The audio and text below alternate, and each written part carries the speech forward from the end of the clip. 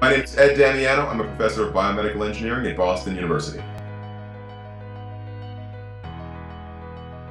What I do right now is I'm working on a bionic pancreas. Essentially, what a bionic pancreas does is it reads glucose levels every 5 minutes from a continuous glucose monitor. And then mathematical algorithms make therapeutic decisions to determine how much insulin or glucagon to deliver every 5 minutes. It has 3 components. It's got these 2 pumps. One is an insulin pump on one side and the other is a glucagon pump on the other. It's got an iPhone on one side of this little handheld unit and a continuous glucose monitor on the other. And I'm wearing a sensor transmitter. It's a body-worn sensor that you change every week. And that wirelessly sends data to the continuous glucose monitor on the back of this little handheld unit, which automatically makes decisions every 5 minutes based on the glucose levels that are coming in from the CGM. And it then determines how much insulin and glucagon to deliver. Every 5 minutes it gets a new level, every 5 minutes it makes a new decision, and every 5 minutes it infuses a little bit of drug. And it takes the patient and the healthcare professional and everybody else out of the loop. The decisions are made automatically. That's 288 decisions every day that people with type 1 diabetes no longer have to make. A huge component of what we need to do as research scientists is raise money. The reality is that we could do so much more scientifically, we could be so much more productive if we didn't have to work so hard and so often at trying to raise money.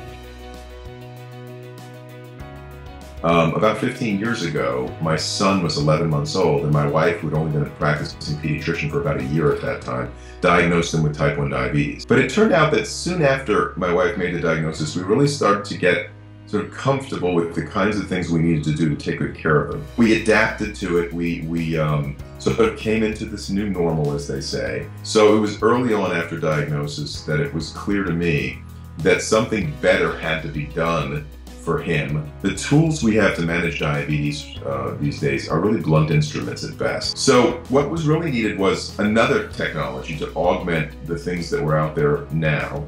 I thought that the kinds of things that we could do as engineers could lend itself to building automated glucose control systems. We did our first outpatient studies in adults with type 1 diabetes and adolescents with type 1 diabetes in 2013, and continued through 2014 and now into 2015, testing the device further in adults, but also in preteens. So we've now tested the system in kids 6 years old all the way up to adults 76 years old, and people weighing 46 pounds all the way up to 288 pounds. People using 15 units of insulin a day all the way up to 145 units of insulin a day.